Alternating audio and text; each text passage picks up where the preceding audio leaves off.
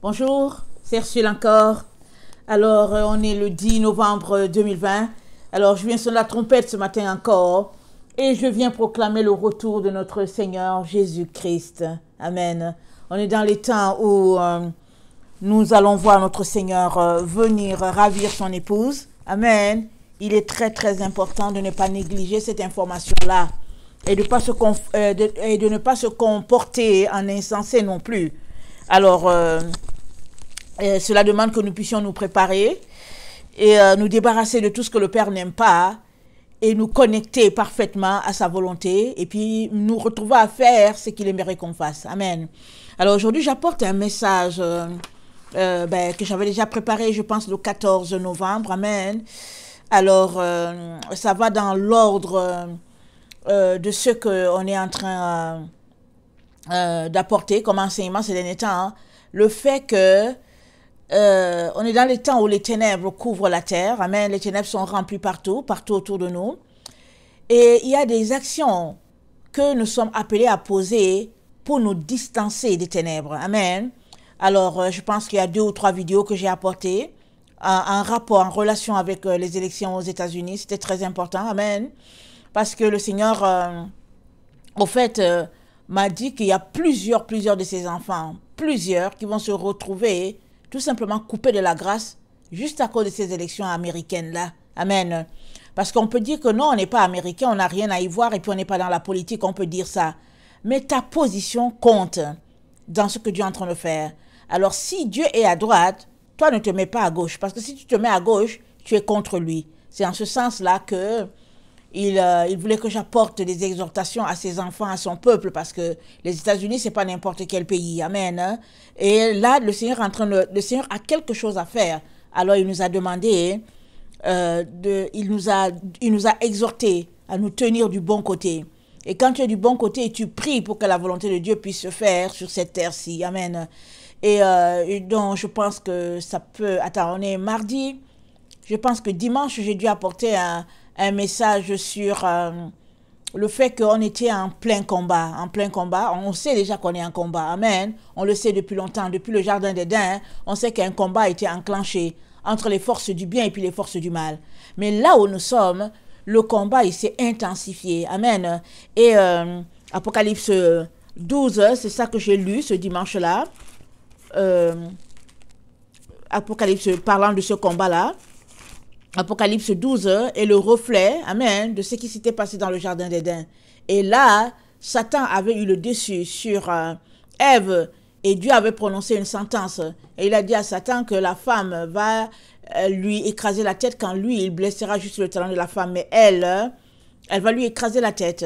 Et nous sommes dans ce combat-là qui, au fait, depuis le jardin d'Éden, amen, 6000 ans, va aller en crescendo et va en crescendo à chaque fois. Amen. Et une fois, il y a eu les ténèbres qui étaient tellement intenses que Dieu a dû détruire la terre par le déluge. Et il avait donné l'arc-en-ciel en promesse qu'il ne va plus détruire par le déluge. Mais là où nous sommes, la terre sera détruite, et puis cette fois-ci par le feu. Amen. Alors, son feu de sainteté va consommer cette terre-là. Amen. Et ce feu de sainteté-là brûle aussi dans nos cœurs, dans le cœur de tout être humain qui veut...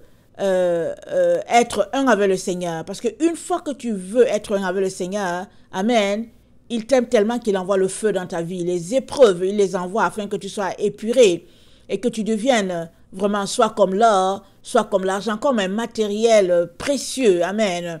Alors ça, c'est très, très important. Amen. De ne pas rejeter le feu de Dieu. Et nous sommes dans ce temps-là où autant dans nos corps, nous sommes consumés par le feu pour que l'esprit puisse être élevé, autant sur la terre, les forêts sont en train de brûler partout, mais personne ne nous dit quoi que ce soit. C'est tenu comme, bon, on ne veut pas tellement en parler, mais la terre est en train de brûler petit à petit. Et Jésus-Christ a dit, il dit, qu'ai-je à désirer de plus? Je suis venu pour jeter un feu sur la terre. Et qu'ai-je à désirer de plus si le feu est en train de brûler? Alors ce feu va brûler jusqu'à ce qu'il va consommer toute la terre. Et cette terre sera roulée comme une couverture, comme c'est dit dans Ésaïe. Et puis partout dans la Bible, il y a des références là-dessus. Alors, si nous ne voulons pas faire partie de cette terre-là qui sera détruite, il est très très important qu'on comprenne qu'on doit combattre du bon combat. Et le bon combat, nous devons combattre le bon combat de la foi, comme a dit Paul, et nous devons combattre du bon côté, c'est ça que je voulais dire. Parce que si tu combats, mais que tu combats du mauvais côté, finalement, tu seras englouti avec ce monde-là, et puis tu deviendras cendre, amen, et tu périras. Et puis ça, c'est pas ça que Dieu veut pour toi. Alors, dans Apocalypse 12, amen, le verset 10, ces gens qui parlent, il dit, et j'ai entendu dans le ciel une voix forte qui disait, maintenant, le salut est arrivé, la puissance et le règne de notre Dieu, et l'autorité de son Christ, car il a été précipité l'accusateur de nos frères, celui qui les accusait devant notre Dieu jour et nuit.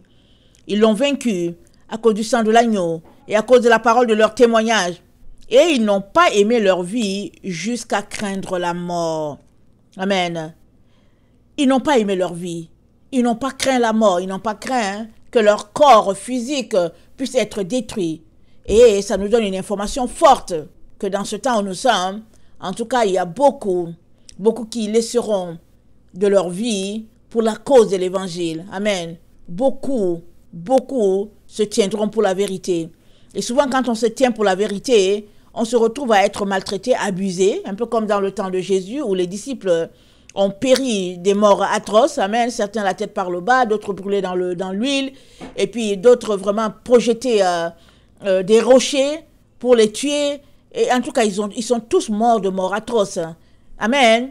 Mais c'est pas pour autant qu'ils ont renié leur Seigneur. Parce qu'ils savaient qu'ils étaient appelés à mourir comme leur Seigneur. Amen.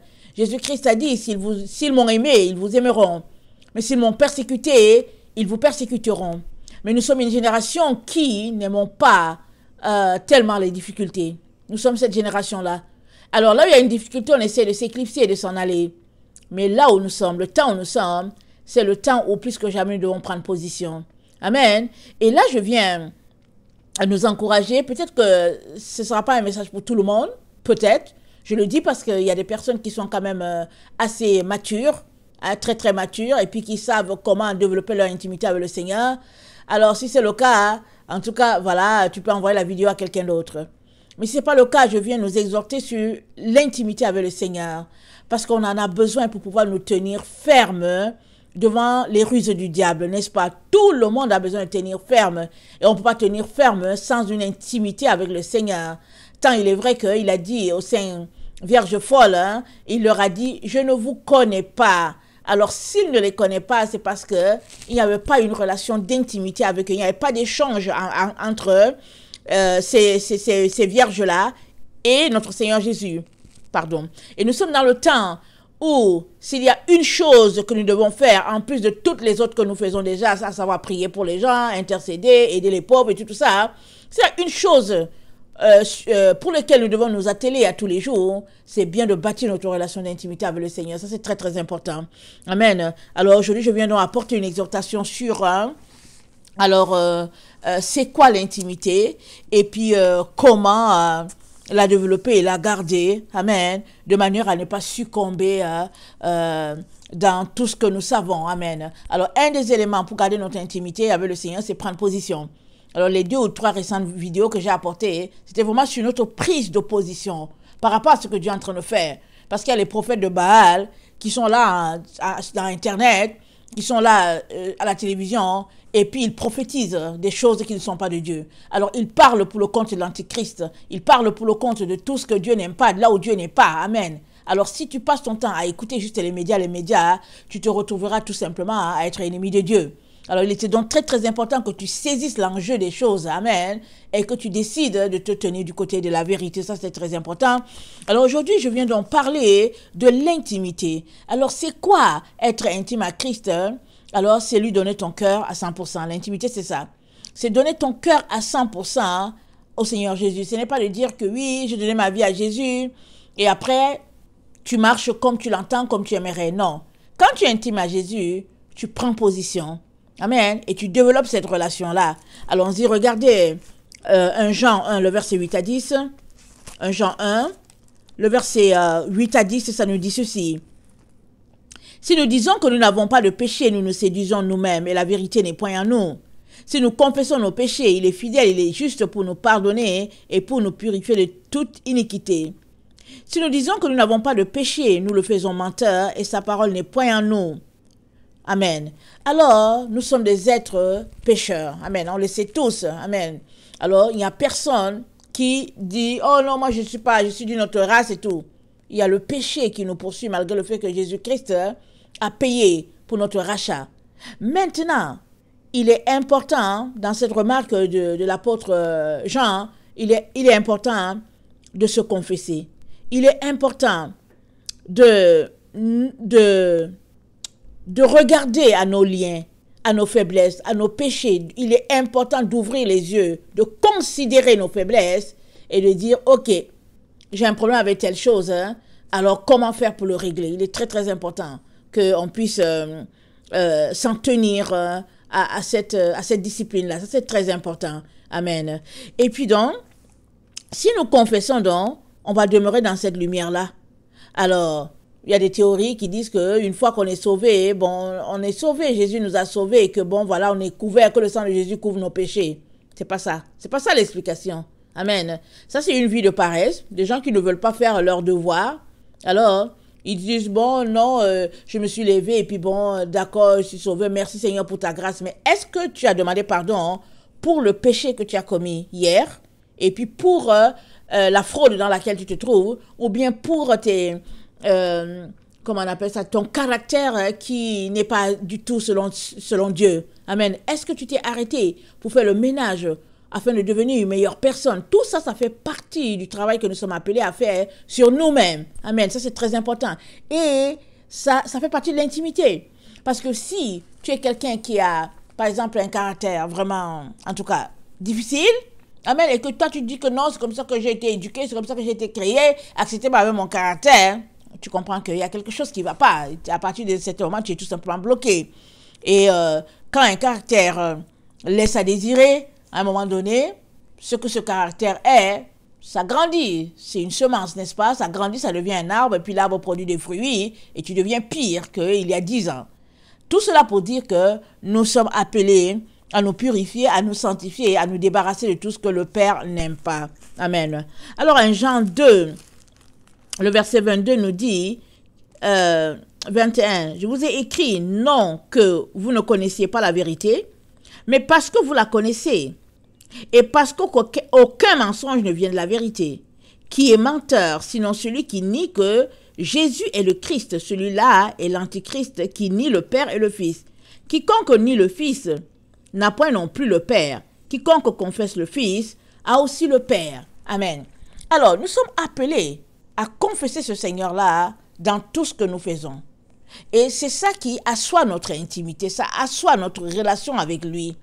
Mais si, tantôt, tu confesses Jésus, quand ça t'arrange, et puis demain, plutôt, quand vient le moment de te tenir, tu passes de l'autre côté parce que finalement, ça ne t'arrange pas, ça ne va pas. Parce que ce n'est pas une affaire, ce n'est pas une situation où ça t'arrange ou bien ça ne t'arrange pas. Non, c'est une situation que tu t'es engagé à suivre le Seigneur Jésus et tu es appelé à y aller jusqu'au bout. Amen.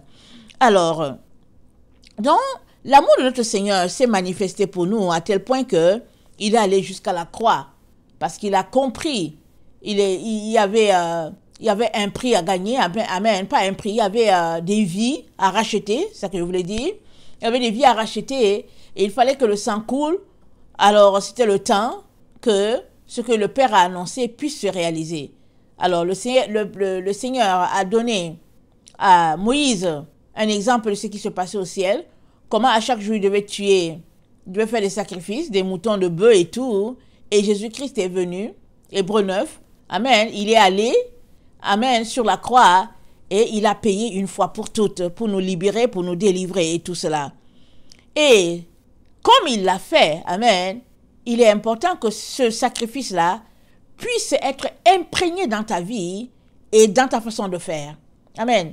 C'est ainsi que tu peux, comment on appelle ça, refléter Christ en laissant de côté les péchés, en confessant tes péchés, en prenant position, tu vas refléter Christ. Et puis quand les gens vont te voir, ou bien ceux qui te connaissent, ils disent que non, celui-là, en tout cas, quand tu le vois même, tu vois que, ah non, c'est quelqu'un qui a une relation vraiment avec le Seigneur. C'est pas vrai que tu auras une relation avec le Seigneur, et puis quand on te regarde, on ne sait même pas si tu es chrétien, on se dit, je sais pas s'il est chrétien. Je le vois aller à l'église, et puis dans les activités chrétiennes, mais je ne peux pas te dire s'il est chrétien ou pas, ou s'il a Jésus dans sa vie ou pas.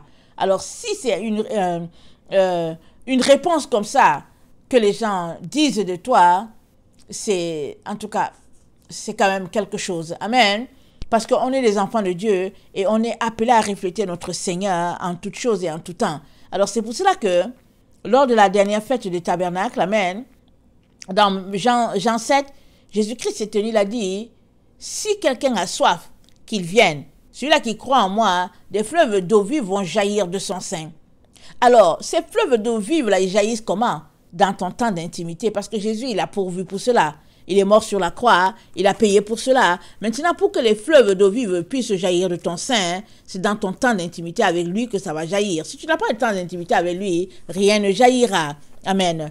Et le temps d'intimité, comme mentionné plus tôt, tu as besoin de te débarrasser de toutes ces choses-là qui ne glorifient pas le Père et de remplacer, amen, tout ce qui est sorti de toi, de mauvais, par l'eau de Dieu, cette eau-là qui vient, qui purifie, qui lave, et puis tu remplis ton être de tout ce que le Père aime, et puis en particulier sur le Saint-Esprit, parce que le fruit de l'Esprit, amen, qui a 9 parties, amen, une fois que tu fais sortir, que tu te débarrasses de tout ce qui ne glorifie pas le Seigneur, une fois que tu te débarrasses de ça, le Saint-Esprit vient s'installer en toi. Amen.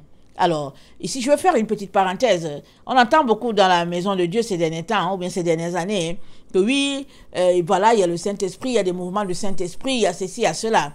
OK? Alors, il y a des mouvements qui ont été répertoriés. Certains ont dit que c'est diabolique, d'autres ont dit que c'est comme ci, c'est comme ça. Bon, je ne vais pas m'arrêter là-dessus. Mais, je vais dire une chose. Ce qui montre que quelqu'un a le Saint-Esprit, c'est le fait qu'il marche selon les commandements de Dieu. C'est le fait qu'il chérit la parole de Dieu et il la met en pratique. Si la parole de Dieu, tu ne la chéris pas, tu ne la lis pas, et que tu as des manifestations dites de l'esprit, toi-même, tu devais t'arrêter de te poser des questions. Toi-même. Tu devais t'arrêter de te poser des questions, à savoir si ça, là, c'est pas un esprit démoniaque. Tu devrais te poser des questions.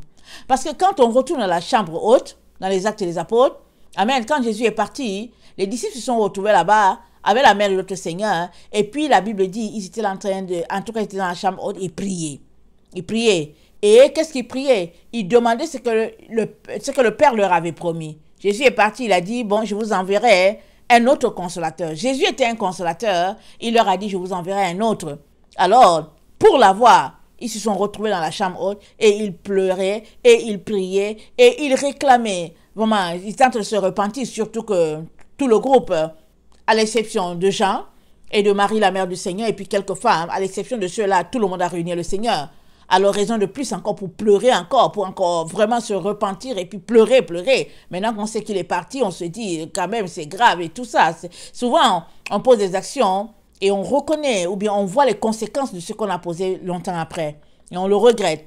Donc, dans ce temps de regret, de repentance, ils ont demandé que le Seigneur puisse leur accorder par sa grâce ce qu'il leur a promis et le Saint-Esprit est descendu. Mais imaginez que ces gens-là, ces disciples, restaient là dans leur attitude. Des gens qui ont régné Jésus, une attitude de personnes qui ne s'intéressent pas du tout aux choses de Dieu, et puis tout ça, le Saint-Esprit ne serait pas venu sur eux. Non, ce ne serait pas venu. Même si le Seigneur a promis, ça ne serait pas venu. Donc, tout cela pour dire que on ne peut pas marcher avec le Seigneur et en même temps aimer le péché. Comme on a lu dans 1 Jean 1, et puis dans 1 Jean 2, tout à l'heure, verset 22. On ne peut pas. C'est-à-dire que c'est deux voies différentes. Et nous avons besoin du Saint-Esprit dans le temps où nous sommes pour tenir devant toute cette situation-là. Amen. Où l'être humain qui craint Dieu devra souffrir. Et les chrétiens, les juifs, et puis tous ceux qui ne voudront pas se plier au nouvel ordre mondial, en tout cas, ils subiront. On sait tous qu'il y aura beaucoup de morts. Il y a des gens qui... Et la pendaison va revenir. Il paraît que...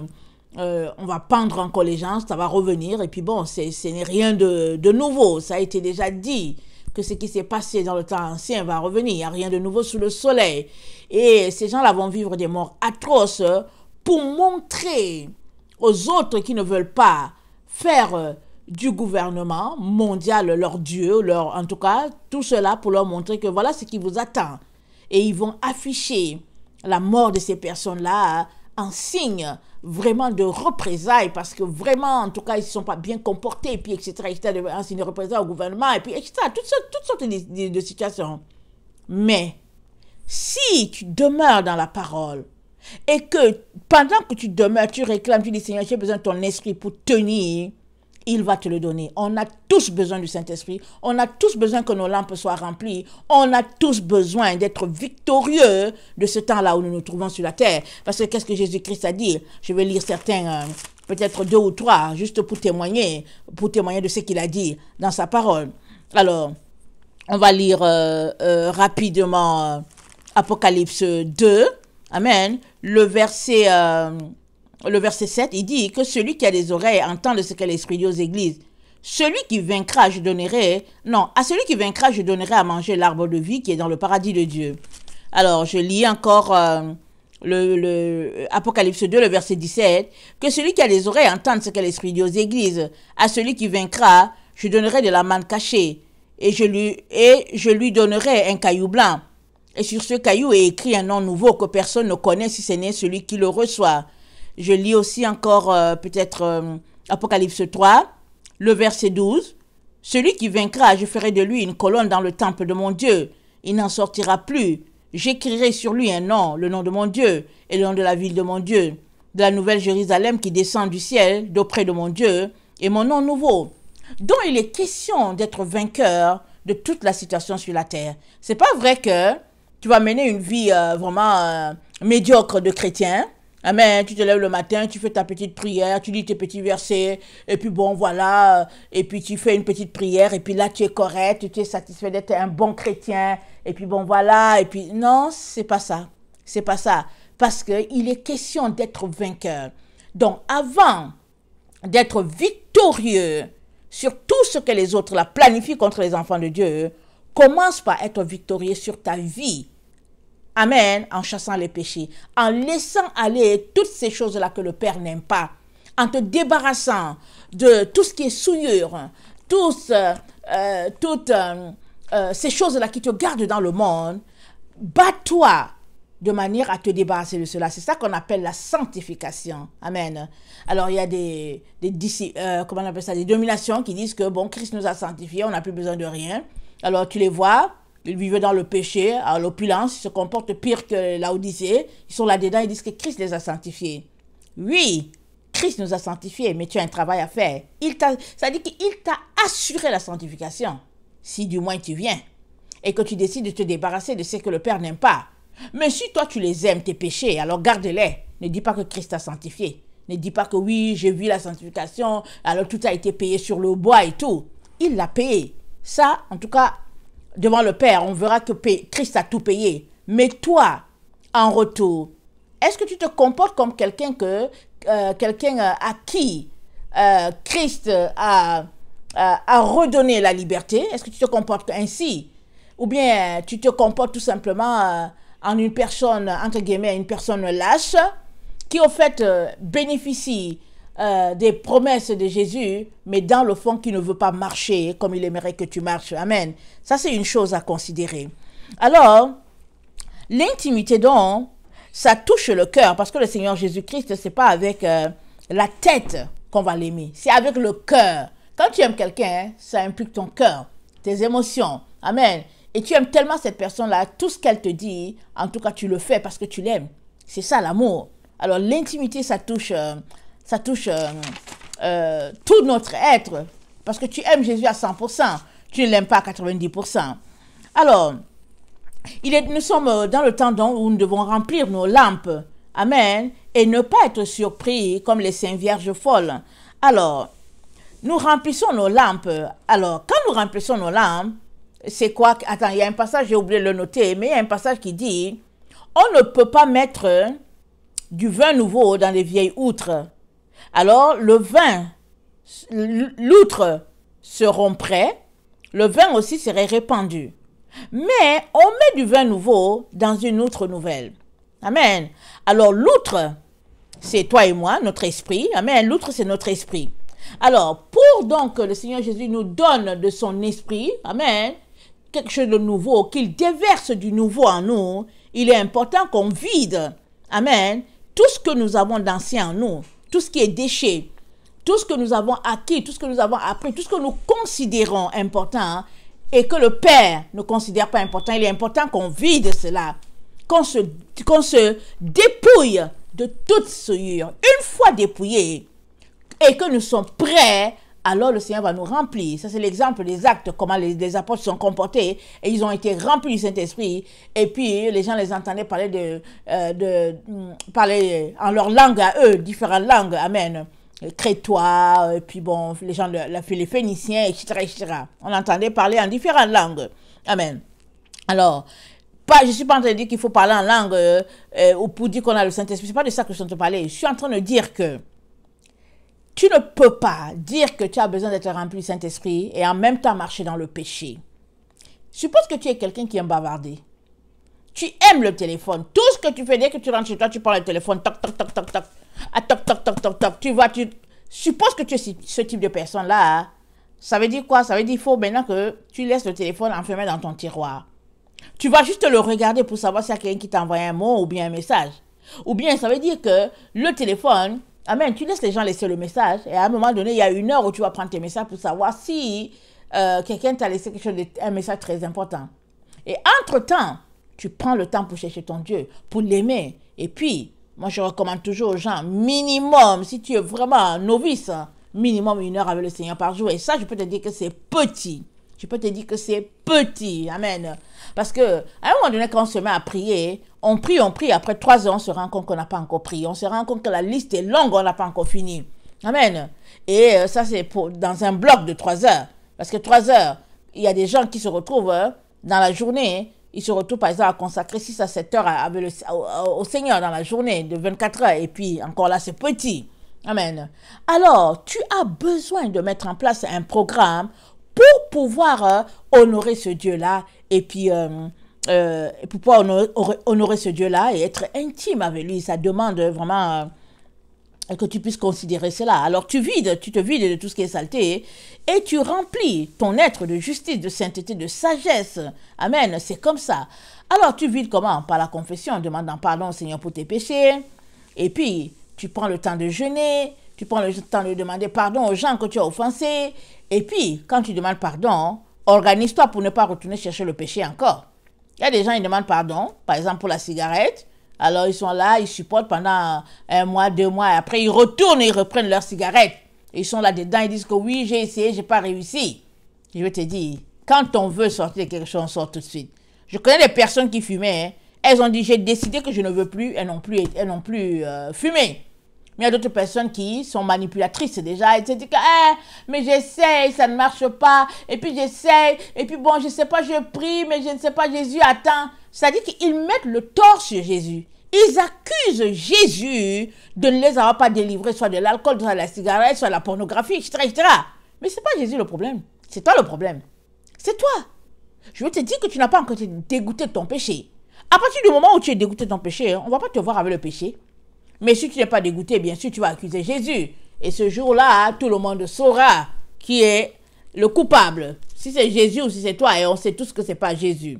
Amen. Alors, j'aimerais lire Esdras 7, 4 Esdras 7, le verset 48 à 61. Ça, c'est dans le livre Tob.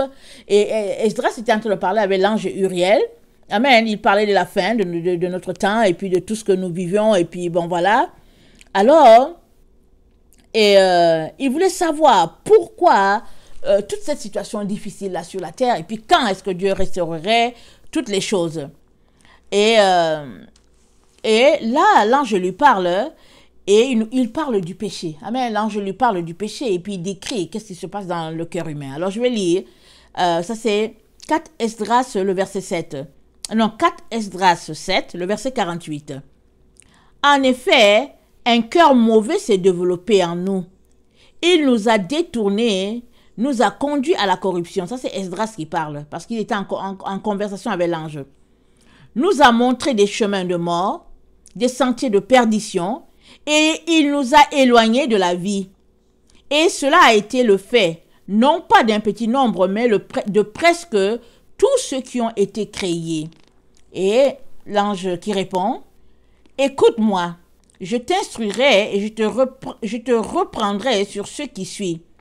C'est pourquoi le Très-Haut n'a pas fait un seul monde, mais deux. Toi, puisque tu as dit que les justes n'étaient pas nombreux, mais peu, et que les impies polluaient. Écoute ceci. Si tu possèdes des pierres précieuses en très petite quantité, aurais-tu intérêt à augmenter leur nombre avec du plomb et de l'argile qu'on trouve en abondance? Je dis, Seigneur, comment le pourrait-on? Il me dit, c'est-à-dire l'ange répond à Esdras, ce n'est pas seulement cela, mais interroge la terre, elle te parlera, fais son éloge et elle te racontera. Tu lui diras en effet, tu produis de l'or, de l'argent, du bronze, ainsi que du fer, du plomb et de l'argile. L'argent est plus abondant que l'or, le bronze plus que l'argent, le fer plus que le bronze, le plomb plus que le fer et l'argile plus que le plomb. Toi donc, estime lesquels sont précieux et désirables. Est-ce ce qui abonde ou ce qui est rare? Esdras répond, je dis Seigneur et Maître, ce qui abonde a moins de valeur, car ce qui est plus rare est plus précieux. Alors l'ange lui répond, examine en toi-même ce que tu as pensé. Celui qui possède ce qui est difficile a plus de joie que celui qui possède ce qui abonde. Aujourd'hui, dans notre monde, ce qui abonde, c'est quoi? C'est les biens de ce monde, l'or, l'argent, les maisons, les voitures, le travail, une certaine gloire, une certaine aisance matérielle. Ça abonde. Mais ce qui est rare, c'est notre Dieu. Ce qui est rare, c'est le Seigneur. Jésus est précieux et il est rare. Alors, tu es appelé à te réjouir de ce qui est rare. Et pour cela, tu as besoin de prendre du temps. Parce que Jésus ne va pas se laisser souiller par notre comportement. On a besoin de choisir. On a besoin de nous détourner de tous ces biens matériels-là, d'enlever notre cœur de cela et puis de rechercher ce Dieu-là avec intensité afin de le trouver. Mais surtout, nous avons besoin de force, d'énergie, de détermination pour pouvoir passer par ces temps difficiles qui s'annoncent. Alors, donc il est vraiment très important qu'on puisse mettre Dieu vraiment à la première place en vraiment nous séparant de tout ce que nous aimons. Amen. C'est une vie difficile de sacrifice, mais ce sera très utile un peu plus tard. Peut-être dans 1 an, dans 2 ans, tu te rendras compte que vraiment tu as bien fait de pouvoir prendre du temps avec ce Dieu-là et puis laisser toute la place dans ton cœur. Amen. Alors, mes chers frères et chères sœurs, c'était une petite exhortation pour que vous puissiez considérer plus de temps avec le Seigneur. Amen. Alors, j'avais déjà promis que j'allais amener une petite exhortation sur comment s'examiner. Je vais le faire juste après celle-là.